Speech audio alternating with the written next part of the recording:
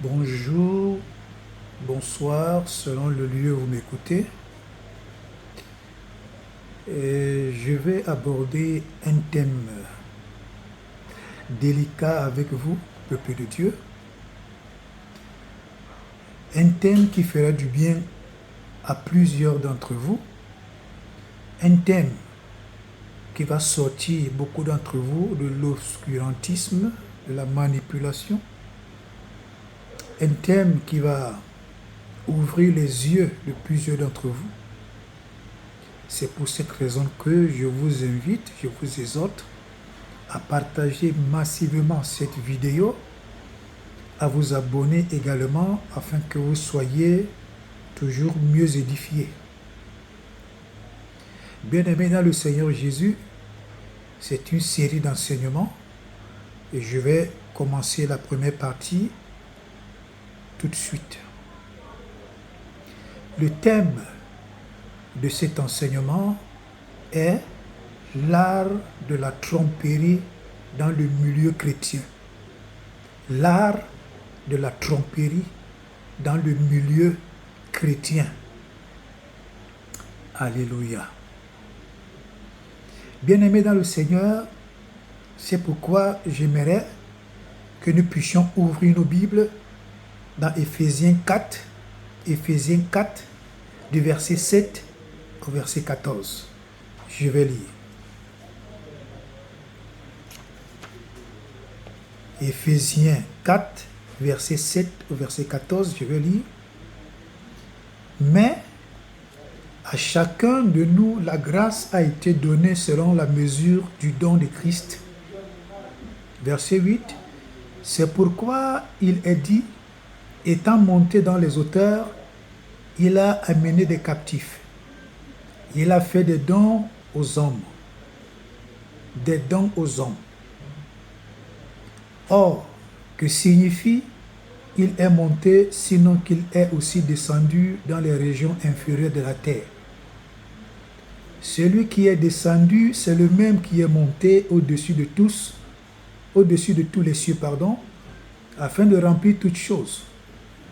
Et il a donné les uns comme apôtres, les autres comme prophètes, les autres comme évangélistes, les autres comme pasteurs et docteurs, pour le perfectionnement des saints en vue de l'œuvre et de l'édification, en vue de l'œuvre du ministère et de l'édification du corps de Christ. Verset 13.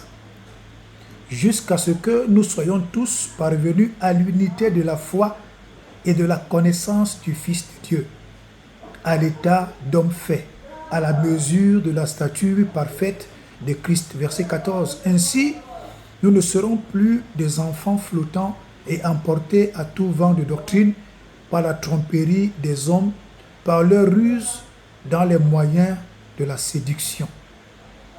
Quand nous lisons déjà ce premier passage de Éphésiens 4, nous voyons qu'il est écrit que les dons ont été donnés aux hommes. On ne sait pas si homme là savait petit h, ou si homme là savait grand h. Certainement, il doit voir quelque chose qui ne cloche pas ce niveau. Parce que Jésus n'a pas dit qu'il donne seulement les dons aux hommes avec le sexe masculin. Mais quand nous lisons tout le texte, nous voyons que les dons ont été donnés pour enseigner les saints, pour perfectionner les saints, afin que les saints ne soient plus flottants à tout vent de doctrine. Alléluia. C'est pour ces raisons que les dons ont été donnés, pour perfectionner les saints, pour enseigner les saints, pour que les saints soient capables de se prendre en charge. Ces dons ont été donnés pour que les saints ne soient plus manipulés, pour que les saints ne soient plus flottants à tout vent de doctrine. C'est pour ces raisons que Jésus a donné ces 5 dons de ministère. Alléluia. C'est pour ces raisons que vous allez voir aujourd'hui, beaucoup d'églises dans le corps de Christ ne forment pas des disciples, ne perfectionnent pas des saints, Il passe juste le temps à prêcher, à prêcher, à prêcher, à prêcher, à chercher à impressionner au lieu de former des disciples. Quand les disciples sont formés, ils sont capables de se prendre en charge. Alléluia. Oui, quand tu es bien formé dans la parole, quand tu es bien formé par le Seigneur, je vous dis la vérité, bien-aimés, tu ne te laisses pas emballer à tout vent de doctrine. Alléluia. Donc c'est très important l'enseignement. C'est très important de rechercher la perfection dans les Saintes Écritures. Quand tu connais les Saintes Écritures, quand tu connais le B.A.B.A. de la parole de Dieu, quand tu essaies de sonder les Écritures, je te dis, bien-aimé, tu ne te laisseras plus tromper par n'importe qui. N'importe qui ne viendra pas t'impressionner. Alléluia. C'est pour ces raisons que je ne cesse de dire que moi, personne ne m'impressionne. Personne. Tu peux prêcher, je t'écoute, je t'apprécie, mais tu ne m'impressionnes pas. Parce que je ne me laisse pas tromper. Dieu m'a bien enseigné. Le Seigneur m'a bien enseigné. Le Saint-Esprit m'a bien formé. Je suis passé entre les mains des hommes qui avaient la crainte, qui ont la crainte de Dieu. Je suis passé dans des institutions d'école biblique, là où j'ai été bien formé. Et le Saint-Esprit continue de me former. Je ne me laisse pas tromper. Alléluia. Alléluia. Très bien. Lisons maintenant 1 Jean 3, versets 8 à 10. Lisons 1 Jean 3, versets 8 à 10. Il est écrit. 1 Jean 3, versets 8 à 10. Il est écrit. Celui qui pratique le péché est du diable. Celui qui pratique le péché est du diable. Ce n'est pas moi qui écris, c'est la parole de Dieu. 1 Jean 3, verset 8, à partir du verset 8. Celui qui pratique le péché est du diable, car le diable pêche dès le commencement.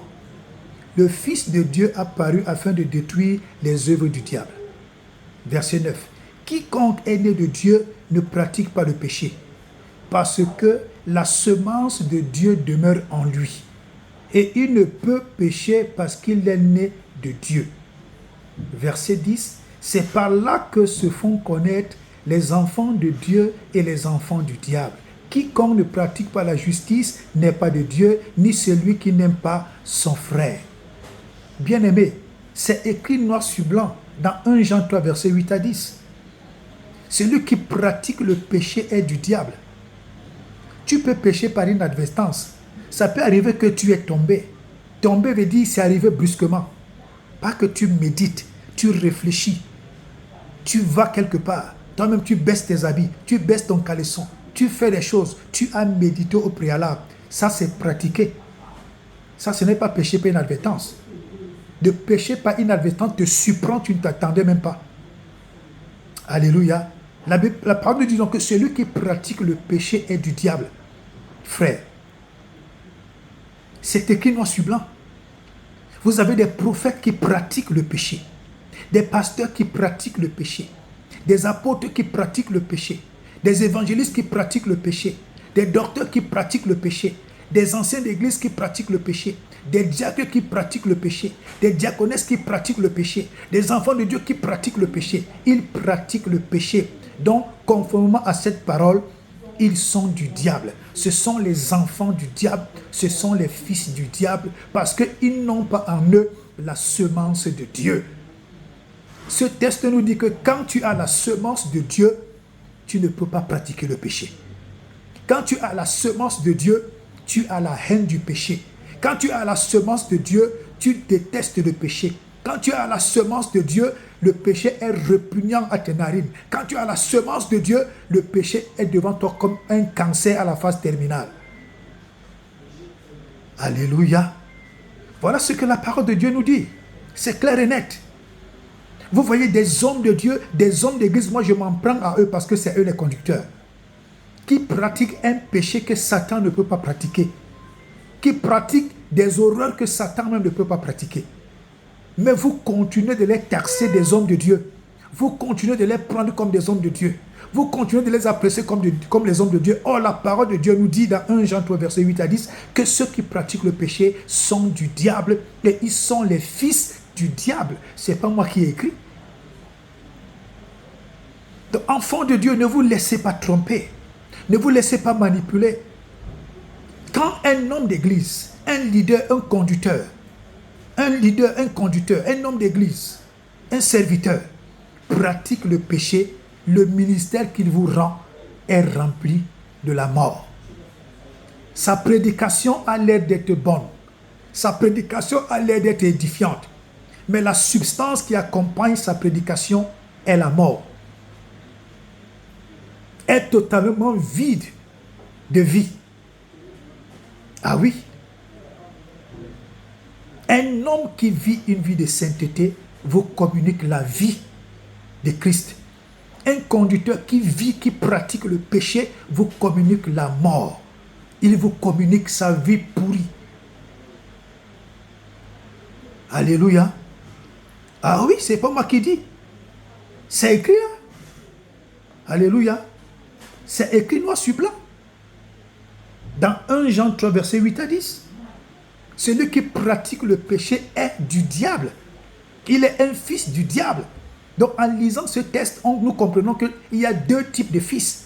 Il y a des fils du diable, il y a des fils de Dieu. Tous ceux qui pratiquent le péché sont des fils du diable. Même étant dans le Seigneur. D'ailleurs, cette parole s'adresse aux enfants de Dieu. Ceux qui vivent une vie de sainteté, de vérité, sont des fils de Dieu. Beaucoup d'enfants de Dieu se trompent aujourd'hui. Il se dit que comme il a donné sa vie à Christ, il peut vivre comme un cochon, il peut vivre comme une hyène, il peut vivre une vie que même Satan ne pourrait pas vivre. Et il continue de se dire qu'il est enfant de Dieu, c'est que celui-là doit avoir un problème psychologique. Il doit avoir un problème psychologique, il ne doit pas être un homme normal. Si un enfant de Dieu, un conducteur d'église, un leader pratique le péché et il n'a pas de remords, il a certainement un sérieux problème. Soit il n'a jamais été véritablement converti. Il n'a jamais rencontré Christ véritablement. Parce que quand tu as la crainte de Dieu, quand tu vis une vie de sainteté, c'est-à-dire quand tu pêches même par inadvertance, quand tu fais même quelque chose d'injuste, tu ne dors pas. Tu ne dors pas. Mais aujourd'hui, nous trouvons des conducteurs, des leaders, des pasteurs, des prophètes, des apôtres, des docteurs, des évangélistes, des anciens, des conducteurs d'église. Ils mentent comme ils respirent. Ils mentent comme ils respirent. Ils t'escroquent. Ils mentent. Ils te volent, ils mentent. Ils commettent l'impudicité, ils mentent. Ils commettent l'adultère, ils mentent. Des conducteurs d'église qui mentent comme ils respirent. Il se tient là, il vous ment. Vous regardant dans les yeux. Pourtant, les gens connaissent sa vraie vie. Des hommes sans honneur. Des hommes sans honneur. Des femmes sans honneur. Que même quand Satan les regarde, Satan a honte de cette catégorie d'êtres humains. Satan a honte à leur place. Parce que la Bible dit dans le livre de Jacques que même les démons croient que Dieu existe et ils tremblent. Mais quelqu'un qui dit qu'il est conducteur d'église, il vit, il pratique un type de péché sans avoir peur. C'est-à-dire que même les démons sont mieux que lui. Bien-aimé, j'aimerais que cet enseignement soit partagé au maximum pour que les enfants de Dieu sortent de l'obscurantisme. Ils sortent de cette frayeur. Ce n'est pas normal. Des enfants de Dieu connaissent même que leur pasteur pratique du satanisme. Mais ils restent là-bas. Certainement, ils sont envoûtés. Ils sont envoûtés. Ils sont fermés dans des cadenas, fermés dans des calebasses, jetés dans les fonds des océans. Des prophètes, c'est-à-dire, ils sont tellement revêtus de pourriture. Mais c'est eux qui prêchent, les gens écoutent. Qu'est-ce qui vous arrive, enfants de Dieu? Quand tu écoutes un impudique, il te transmet l'impudicité. Quand tu écoutes un bandit, il te transmet le banditisme. Quand tu écoutes un voleur, il te transfère du vol. Quand tu écoutes un adultérien, il te transfère l'adultère. Quand tu écoutes un sataniste, il te transmet l'abomination. Quand tu écoutes quelqu'un qui pratique les actes contre nature, il te communique la vie de la contre-nature. Et ce sont ces gens-là qui vous imposent les mains. Ce sont ces gens-là qui disent qu'ils prient pour vous. Ce ne sont pas des prières. Il y a deux types de prières. Des prières pleines de vie, des prières qui véhiculent la mort. Comme il y en a également dans ce texte, deux types de personnes. Des fils de Dieu et des fils du diable. Alléluia. Soyez prudents, bien-aimés dans le Seigneur. Soyez prudents. Soyez prudents. Alléluia.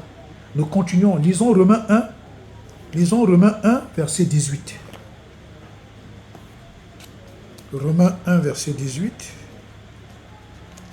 Excusez-moi, Romains 1, verset 18. Voilà, Romains 1, verset 18, il est écrit: la colère de Dieu se révèle du ciel contre toute impiété et toute injustice des hommes qui retiennent injustement la vérité captive. Donc, c'est-à-dire qu'il y a des gens qui retiennent la vérité captive dans le but de manipuler, dans le but d'escroquer, dans le but de voler, dans le but d'assujettir. Il y a des serviteurs de Dieu qui cachent la vérité. Ils la gardent, ils la cachent. Ils ne veulent pas la prêcher. Tout ce qu'ils vous prêchent, ce ne sont que des messages émotionnels pour attirer votre attention, pour qu'ils puissent bien vous dépouiller. Mais la parole de Dieu nous dit que la colère de Dieu se répand sur ce genre de personnes. Je voudrais dire à ce faux prophète, toi qui caches injustement la vérité, je voudrais dire à ce pasteur, à cet apôtre, à ce prophète, à ce pasteur, à cet évangéliste, à ce docteur, à cet ancien, à ce diacre, à cet enfant de Dieu, que toi qui caches injustement la vérité, la colère de Dieu va s'abattre sur toi. Je m'adresse particulièrement à ces faux prophètes. Vous manipulez les masses, vous escroquez les enfants de Dieu, vous les dépouillez, vous les assujettissez, vous cachez, vous les trompez. La parole de Dieu dit dans Romains 1, verset 18, la colère de Dieu va s'abattre sur vous. La colère de Dieu va s'abattre sur tous les faux prophètes, tous les faux hommes de Dieu. La colère de Dieu va s'abattre sur vous. Quand vous êtes des chefs de famille, la colère de Dieu va s'abattre sur vos épouses et sur vos enfants. Dieu ne tergiverse pas. Dieu n'a pas de larmes. Dieu n'a pas de larmes. Ah oui, Dieu n'a pas de larmes. Allez demander à Moïse. Demandez à Moïse. Avec tout ce que Moïse a fait là, Dieu lui a dit, tu n'entres pas dans la terre promise. Ah oui. Allez demander au roi David. L'enfant qu'il a eu avec Bersheba après avoir tué Uri. Cet enfant était innocent, mais Dieu l'a tué. Dieu est capable d'éradiquer vos familles. Vous, ces faux prophètes-là. Et je vous dis que la colère de Dieu va descendre sur vous. On ne fait pas du business sur le dos de Dieu. On ne fait pas du business dans les intérêts de Dieu. On ne prend pas des enfants de Dieu pour des cobayes. On ne prend pas des enfants de Dieu pour des supermarchés. La colère de Dieu va s'abattre sur vous. Dieu prend tout son temps. Dieu prend tout son temps. Quand sa colère descend, elle est descendue. Dieu est vrai. Dieu va vous faire ça pire. Dieu va vous faire ça de la manière la plus horrible. Et vous allez comprendre qu'on ne joue pas avec Dieu. Le texte de Romains 1, verset 18 nous dit que tous ceux qui cachent la vérité, tous ceux qui s'amusent avec le peuple de Dieu, la colère de Dieu va s'abattre sur vous et sur tout ce que vous possédez. Alléluia. Alléluia. Bien-aimés dans le Seigneur, nous continuons notre série d'enseignements que nous introduisons aujourd'hui. Allons dans 2 Timothée 3, versets 1 à 9. 2 Timothée 3, versets 1 à 9.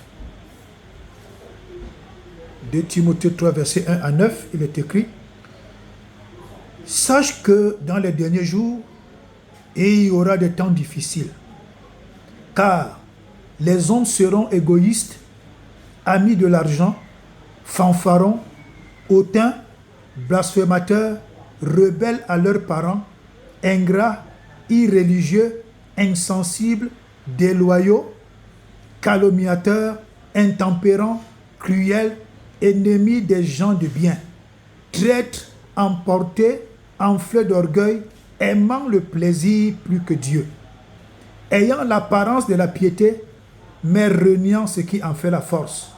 Éloigne-toi de ces hommes-là. Il en est parmi eux qui s'introduisent dans les maisons et qui captivent de faibles femmes chargées de péché, agitées par des passions de toute espèce, apprenant toujours et ne pouvant jamais arriver à la connaissance de la vérité. De même que Janès et Jambres s'opposèrent à Moïse, de même ces gens s'opposent à la vérité, étant corrompus d'entendement, réprouvés en ce qui concerne la foi, mais ils ne feront pas de plus grands progrès, car leur folie sera manifestée pour tous, comme le fut celle de ces deux hommes. Quand nous lisons ce passage, nous comprenons que les femmes sont toujours victimes de ces faux prophètes. Ces prophètes qui ne passent que le temps à vous prophétiser le miel, à vous prophétiser le luxe, à vous prophétiser la bénédiction. Mon frère, ma soeur, tu ne vois pas que ce genre de personne n'a que les yeux fixés sur ton porte-monnaie, sur ton compte bancaire et sur tes biens? Quand quelqu'un ne peut pas te dire que sors du péché, sors de ceci, sors de cela, ce n'est pas bien pour ton âme, il ne passe que le temps à te prophétiser du miel. C'est quelqu'un qui n'a que besoin de ton porte-monnaie. C'est toujours les femmes qui tombent dans leur piège. Toujours les femmes qui tombent dans leur piège. Et moi, parfois, je suis embêté. La femme a causé avec le diable. La femme a vu le diable en face. C'est-à-dire que la femme devait avoir une sensibilité spirituelle de haut niveau. Quand la femme décide de faire la sorcellerie, elle est dangereuse. Quand la femme décide de servir Dieu, elle est dangereuse. Mais je suis embêté du fait que comment la femme peut se laisser aussi tromper facilement. Et oui, je peux comprendre. Parce que dès le commencement, elle a été trompée par le diable. C'est pourquoi elle se laisse toujours tromper. Mens une femme, là, elle va te croire. Dis-lui la vérité, elle ne va pas te croire. Et ce que le texte nous dit, que dans les derniers temps, les gens seront rebelles, fanfarons, ingrats, calomniateurs, rebelles, aimant leur plaisir plus que Dieu. C'est le constat aujourd'hui. Les enfants de Dieu qui aiment leur plaisir plus que Dieu, ils se plaisent dans le péché, ils se plaisent dans le mal, ils se plaisent dans l'injustice, ils se plaisent dans l'hypocrisie, ils se plaisent dans les manipulations, sans aucun remords. Ils mentent même sur le dos du Saint-Esprit. Ils prennent le Saint-Esprit à témoin. C'est un péché qui ne leur sera jamais pardonné. C'est un blasphème. Bien-aimés dans le Seigneur, plus le temps s'en va, plus le corps de Christ est en train d'exposer l'état, les erreurs, l'abomination, l'immaturité des hommes de Dieu bien vêtus, bien nantis, avec du beau français. Mais qu'est-ce qui vous enseigne? Il ne vous enseigne que des choses pour vous distraire. Il ne vous enseigne que des choses pour attirer votre attention sur les finances, sur l'argent, sur du matériel. Il ne vous prépare pas à l'enlèvement. Il s'en fiche de vos âmes. Tout ce qu'ils en ont besoin, c'est votre porte-monnaie, ce sont vos biens. Même quand ils viennent vous prêcher des choses qui ont une apparence édifiante, mais ce sont des choses qui sont vides de toute substance. Bien-aimés dans le Seigneur, le thème de notre enseignement, c'est l'art de la tromperie dans le milieu chrétien.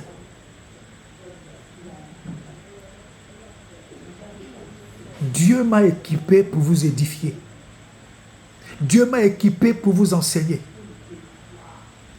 Je n'ai pas fait de grandes études, mais Dieu m'a enseigné dans sa grande école. Je n'ai pas de grands moyens, mais comme Dieu a dit que les Lévites ont pour héritage Dieu lui-même, je compte sur Dieu. Voilà plus de 23 ans que j'ai cru au Seigneur. Je compte sur Dieu. Et Dieu pourvoit. Je compte sur Dieu, Dieu touche les cœurs. Je compte sur Dieu, Dieu dispose des gens. J'ai dit que je ne peux pas m'amuser avec l'affaire de Dieu-ci. Que je vais commencer à escroquer les chrétiens. Jamais. Alléluia. Bien-aimé dans le Seigneur. Je devais aller en mission. Ce mois qui est fini, je ne suis pas parti. Parce que la demande d'aide que j'avais faite, je ne l'ai pas reçue. Donc j'attends. Quand Dieu va pourvoir, j'irai en mission. Ah oui? Alléluia. Donc vraiment, notre enseignement est très sérieux. Très, très, très sérieux. Prenons-le très au sérieux. Partagez-le massivement. Amen. Ok. Nous continuons.